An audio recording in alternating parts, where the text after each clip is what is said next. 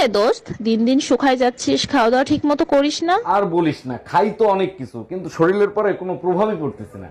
কি করা যায় বলতো? তুই এক কাজ কর, বিষ খেয়ে দে। আচ্ছা ঠিক আছে। আমার মতো সুন্দর মেয়ে তুমি লাখেও একটা পাবা না। তোমার তো কপাল ভালো, আমার মতো বউ পাইছো। বলো কি তাই নাকি? তোর 14 গোষ্ঠীর কপাল যা আমার মতো একটা জামাই পাইছোস। আমার কপালে পোড়া, তার জন্য তোমাদের দুইজনকে পাইছি।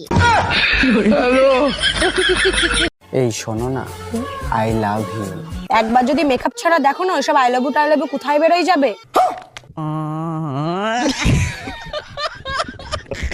দেখো টুম্পা, আমাদের 3 বছরের সম্পর্ক তুমি এভাবে নষ্ট করে যেতে পারো না। তোরে 3 বছর সহ্য করছি, আর নিতে পারছি না, সরি। কিসের সরি? আমরা বাচ্চাদের নাম পর্যন্ত ঠিক করে রাখছি। বাচ্চাদের নাম ঠিকই থাকবে, শুধু বাপের নাম পাল্টে যাবে।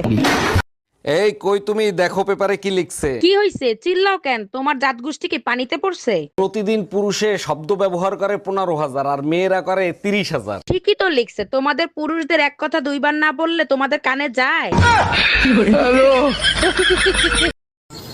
আমি বাজারে যাচ্ছি, ঘরে কিছু আনার লাগবো। 5 কেজি আটা এনো তো।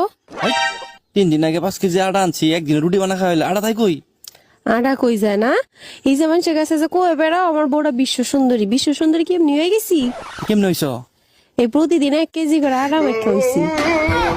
লেগে তুমি ঘুমাই গেল লেগে দেশের এই অবস্থা। এই আজকে দুপুরে রান্না কি রকম খাইলা? অনেক স্বাদ হয়েছে, তোমার হাতের রান্না তো 5 স্টার হোটেলের থেকেও সুন্দর। কিন্তু তোমার ছেলে তো বললো দুপুরের খাবার অনেক জঘন্য হয়েছে। আরে বাবা, ও তো বাচ্চা মানুষ, বিয়ে করুক তখন বুঝবে স্বাদ কাকে বলে। তার মানে আমি জঘন্য রান্না করি, তাই না? রে দোস্ত, কি খাচ্ছিস? রসগোল্লা খাচ্ছি, খাবি? ফাজলামি করিস? ওটা কি রসগোল্লা? ওটা তো সিঙ্গারা। তা দেখতেছিস সিঙ্গারা খাচ্ছি, তো আবার জিজ্ঞেস করতেছিস কেন? আচ্ছা খা, সমস্যা নাই, কিন্তু তুই শুধু ভিতরে আলু খাচ্ছিস কেন? ডাক্তার বলছে বাইরের খাবার খাবেন না, তাই ভিতরের তা খাচ্ছি। আচ্ছা, জানোয়ারের ভিতর কোনটা বেশি পছন্দ তোমার? জানোয়ারের ভিতরে সব থেকে পছন্দ গাধা। কই, কখনো তো গাধা পুষতে দেখিনি তোমাকে। আয়নার সামনে গিয়ে দেখো, দেখতে পাবা। কি বললা? আমি গাধা? এই বিয়ের আগে তুমি বলো না কেন তোমার আর একটা বউ ছিল? আমি কি তোমারে একবারও বলছি বিয়ের পরে তোমারে বউয়ের মতো রাখবো? না, বলো নাই, বলছো রানীর মতো রাখবা। কম শুনছো, আমি চাকরানির মতো রাখবো বলছি। তোর নামে আমি মামলা করব।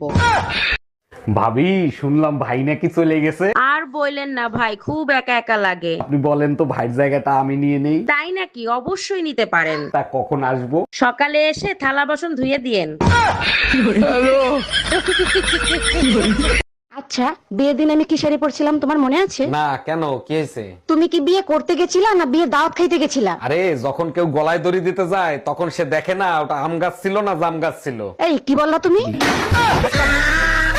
Bye bye, tata, good bye.